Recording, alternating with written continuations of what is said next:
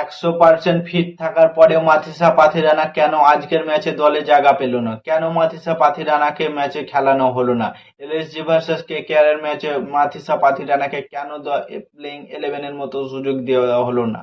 কেন মাথিসা পাথিরানা সুযোগ পেল না? মাথিসা কি ফিটনেসে 100% ফিট আছে এবং সে খুব সুন্দরভাবে প্র্যাকটিস করছে।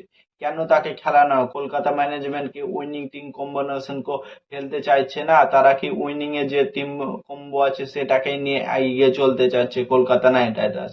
এটা ঠিক পরামর্শ কলকাতা নাইট রাইডার্স এর জন্য, কিন্তু মাথিসা পাথিরানাকে বাইরে বসিয়ে রাখা যাবে না। সে এত বড় মাপের প্লেয়ার এবং তার উপরে 18 কোটি টাকা খরচা করেছে। তাকে বাইরে বেঞ্চে বসিয়ে থাকার জন্য মাথিসা পাথিরানাকে বসিয়ে রাখেনি। এলএসজি ভার্সেস কেকেআর এর ম্যাচে মাথিসা পাথিরানাকে তাদের প্যাভিলিয়নের দিকে দেখতে পাওয়া গেল না। কি হয়েছে মাথিসা পাথিরানার পরের ম্যাচে তাকে দেখা যাবে কি? হ্যাঁ, মাথিসা পাথিরানাকে পরের ম্যাচে দেখা যাবে। আমার মনে হয় রোম্যান পাউলকে পরের ম্যাচে বসিয়ে দিয়ে মাথিসা পাথিরানাকে খেলতে দেয়া, রোম্যান পাউলকে বসাতে পারে পরের ম্যাচে। আমার মনে হয় রোম্যান পাউলকে না বসা উচিত, কারণ রোম্যান পাউলের মতো একজন ফিনিশার দরকার কলকাতা নাইট রাইডার্স টিমে। সে এত সুন্দর ফিল্ডিং করছে, রোম্যান পাউল কিছু বলার নেই এবং তার পুরোপুরি সে 100% দিয়ে যাচ্ছে কলকাতা ম্যানেজমেন্টের ফিল্ডিং এর দিক থেকে রোম্যান পাউল। তো রোম্যান পাউলকে না বসে টিম সাইপারকে বসাতে পারে। টিম সাইপারকে বসিয়ে সুনীল নারায়ণের সাথে আজিমকে রাহানেকে ওপেনিং এ আনতে পারে। তাহলে কলকাতার ওপেনিং এর সমস্যাটা সমাধান হয়ে যাবে। তো আমার মনে হয় কলকাতা ম্যানেজমেন্টকে অনেক কিছু চেঞ্জেস করতে হবে, যেমন আঙ্কিশ রঘুবংশীকে চেঞ্জ করে মানিশ পান্ডেকে দলের মধ্যে আনতে হবে।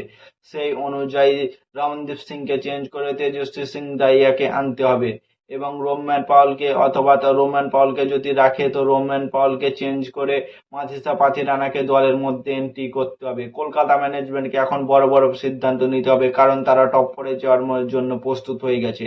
তারা কামব্যাক করা শুরু করে দিয়েছে, তারা পরস্পরে এখন ম্যাচ জিততে শুরু করে দিয়েছে।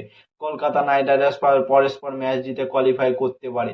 তারা 17 পয়েন্ট নিয়ে কোয়ালিফাই করবে 2026 আইপিএল এ। কি কমেন্ট করে জানাও। এবং আজকের ম্যাচে আমি জানতাম যে ম্যাচে মোহাম্মদ শামির কতটা এফেক্টিভ হবে। মোহাম্মদ শামি আজ দুর্ধর্ষ মেজাজে বল করে উইকেট না পেলেও সে ব্যাট হাতে এলএসজির জন্য সুপার ওভার তাক গিয়েছিল মোহাম্মদ শামি।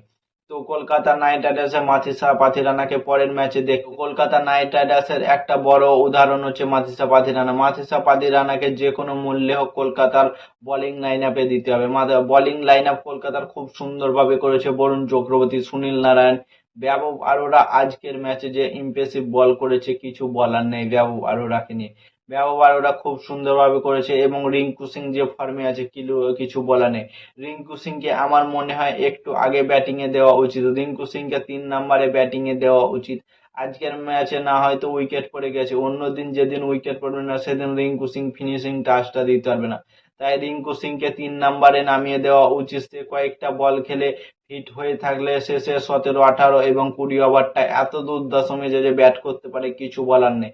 তোমরা তো দেখেছো রিঙ্কু সিং কি করতে পারে। রিঙ্কু সিং কার নাম বলে গিয়েছে? রিঙ্কু সিং গডস প্ল্যান কাকে বলে জানো তো? রিঙ্কু সিং গিয়া বলে।